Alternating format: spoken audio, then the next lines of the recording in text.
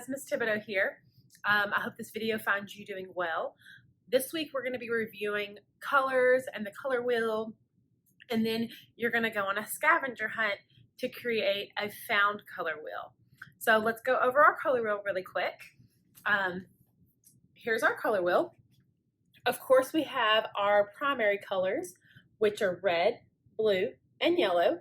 And we know from the past that our primary colors are a must. We have to have our primary colors in order to create anything else.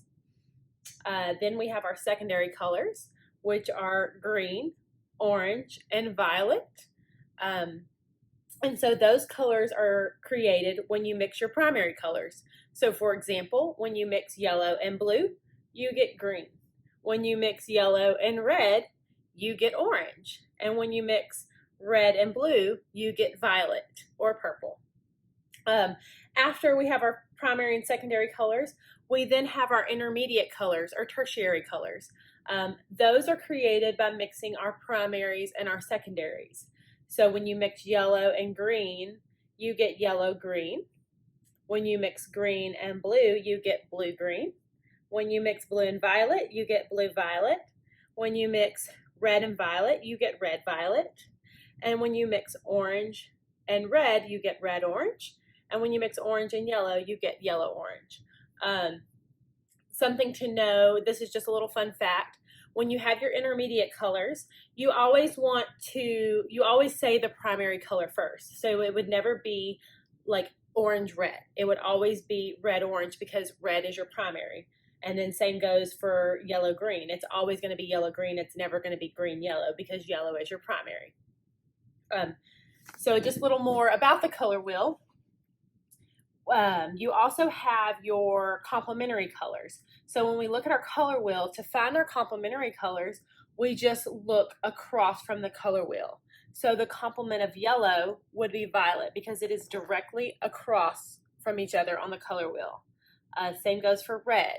If you look across from red, it would be green. Blue would be orange. And the same goes for our tertiary colors, our intermediate colors. So yellow-orange would be blue-violet, blue-green would be red-orange, and so on and so forth. Something else we've discussed is our warm and cool colors. So we've talked about paintings, when we look at paintings, how they can have like a calming effect, and most of the time those are painted with more cool colors. So our cool colors are more of the blues and greens. So anything from this side of the color wheel all the way to violet. So you basically just cut your color wheel in half. So these would be all of your cool colors. So on the opposite side of the color wheel, we have our warm colors, which are your yellow through red, violet. So you would just cut that again in half and you would have your warm colors. And we've talked in the past, like warm colors tend to be like when you paint fire. So you can think of like fire, you can think of the sun. Those kind of help you remember warm. Whereas if you were painting like a scene, a winter scene, you would use more blues. So that kind of helps you remember what is your warm and what is your cool. Something else we've discussed previously in this year was tints and shades.